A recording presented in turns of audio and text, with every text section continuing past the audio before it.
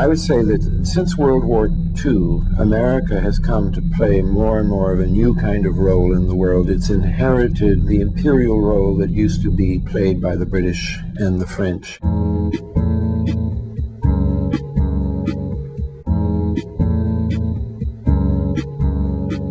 The people who plan the foreign policies of America have known for 60 or 70 years that we are living way beyond our means, that if we are an isolated, insular economy in the continental United States, we will not sustain the standard of living we have.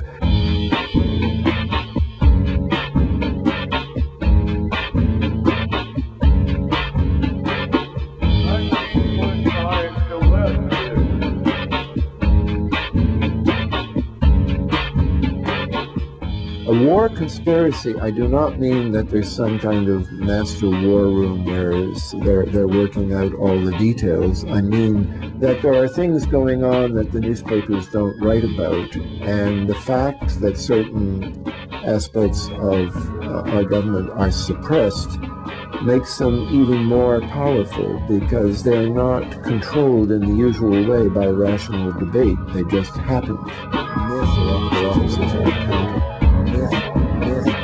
You know, we have a kind of myth about our society that our bureaucracies are accountable, and when I wrote The War Conspiracy, I talked about a system of politics in which accountability is consciously diminished. I was making the point about Vietnam that very big, powerful bureaucracies are not accountable at all, most notably the CIA.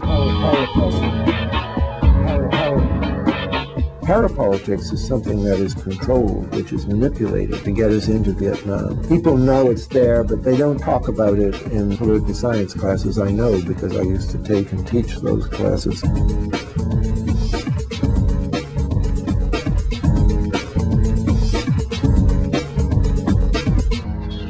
The CIA is a big example of this.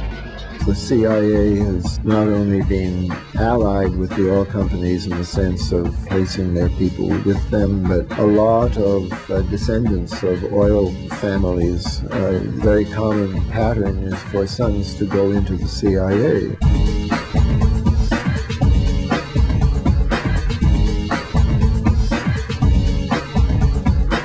I wouldn't say that those economic issues of fighting over resources and so on are the only explanation to war, but I think it is recurringly the explanation of the biggest wars between the biggest powers.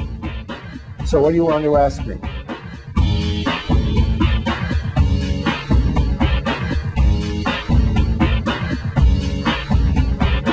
I think wars arise when people are faced with intolerable conditions.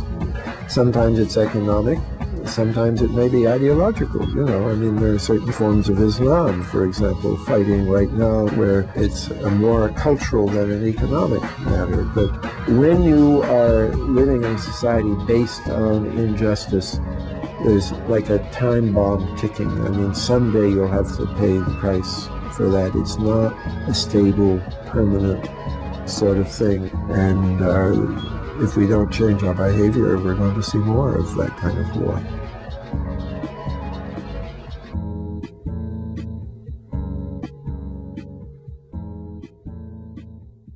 This is the Guerrilla News Network.